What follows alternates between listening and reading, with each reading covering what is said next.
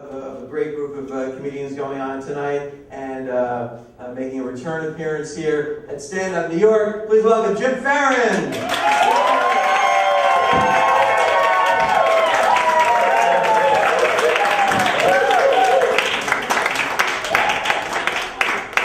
Thanks a lot, Scott.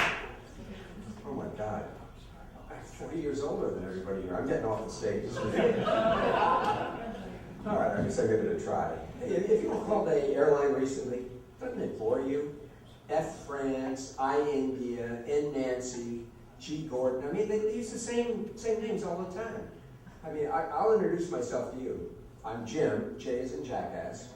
Middle initial S is in stupid, and last name F Frankenstein, A awful, R ridiculous, I ignorant, and nincompoop.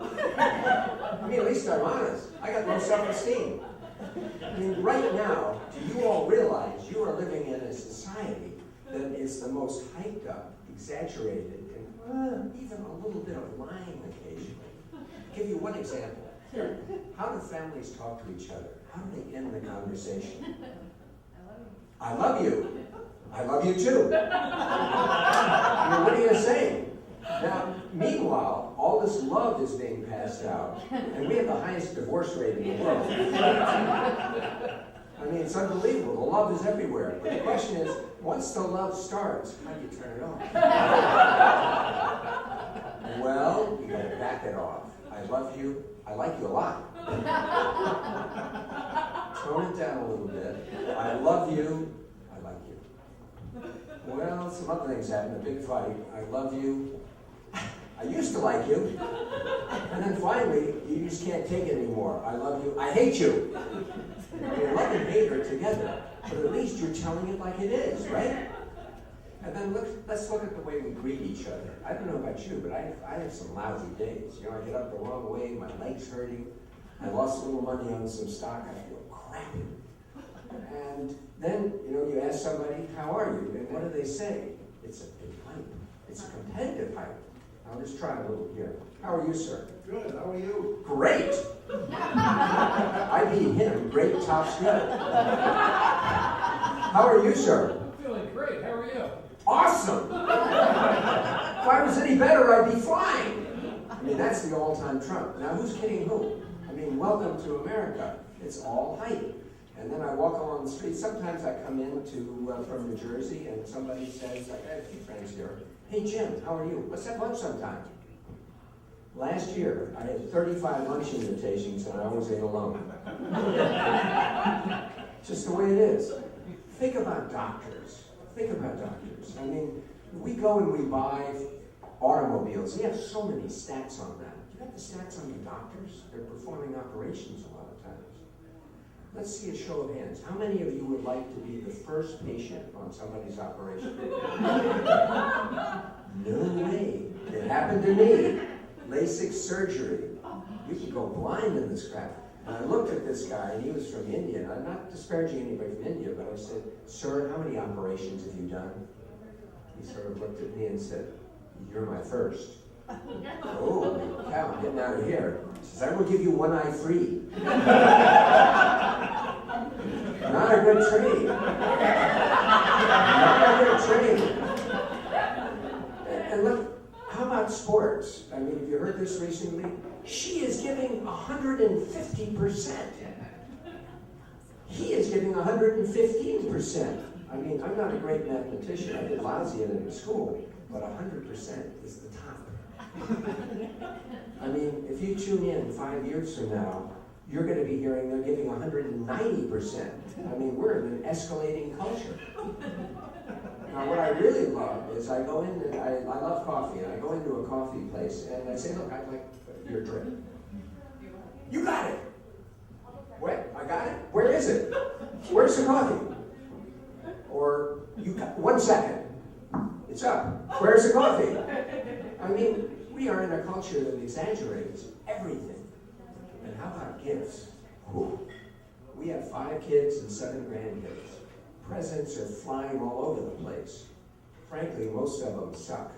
And then you receive these nice notes. That was the most perfect gift you could ever give me. And right now, the family's figured out that I like birds. So everything I get is a bird feeder, bird seed, bird bath. I mean, give me a break. And then I have this table on my refrigerator, re-gifting. Who gave it to me so I don't re-gift back to somebody? But let's tell it like it is. Some gifts stink. Tell them, it's a terrible gift. Hope you do better next time.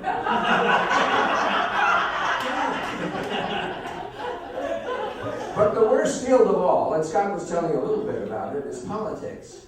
You know the game of politics. Win. But the way you win is brand your opponent an elitist. Now, we had 3 candidates running against each other, one of whom pays $500 for a haircut, another one has made $109 million in the last year, and the third has a wife who just inherited $70 million. Who's kidding who? Elitist? Gosh. And little known to you that in 2002, I ran for U.S. Congress in the 8th Congressional District. Now, what you don't know is I represent an almost extinct species on the Upper West Side. I'm a liberal Republican. There were 8 of them, and it was my turn. Thank God they gave me a clipboard. Clipboard was to get people to sign my petition. No, that is to dodge spitballs. Spit. Or even blow. Because the name George Bush does not conjure up favorable images. They want to hit anybody who's carrying anything Republican. But there's a great thing about being a politician. Really great. And I've tried to milk it. You don't have to answer the question you're asked. Nope. You don't have to answer it. Now, my wife is forever giving me chores in the early morning. Dear, would you please go out and do the garbage, and on the way back, take the car up and get it filled and bring it back here? And when I was running for office, I'd say, well, today I'm going to go to a few schools, hand out leaflets, and then I was going to a senior center in the evening. I loved it. And I try that now, I can't get away with it. Can't get away with it. But you know the most cuddly? I mean, where were all these women? They're in my age group, before I was married. My God. And that's gourmet. Whatever that is. I look good in jeans and long gloves. Oh, boy. That's the O.J. Simpson test. You know, you see a woman who looks great in jeans, and you say, "How do you look in long gloves, baby? Wear these." I don't know. You don't look good in those at all. I never even heard of that. And then we go a little bit further. She says what she doesn't like: Italian food. Italian food? Pizza and spaghetti? Everybody loves that. And here's another one. She doesn't like the super string theory. Whew. Anybody who doesn't like the super string theory, I mean, that's just ridiculous. I have no idea what it is, by the way. And then the other thing that really makes this woman mad is blinking Christmas lights. God, every time I see her, blink! Ridiculous, get away. And then she abhors, now we're really building up to what she hates, raisins. My kind of woman, I don't like them either. And then lastly, this is one that really gets my goat, headbands on bald-headed babies. So I tell you, I just want the people in the personals to tell it like it is. Just say you're an unattractive, old, fat, horny woman dying for sex. Thanks very much.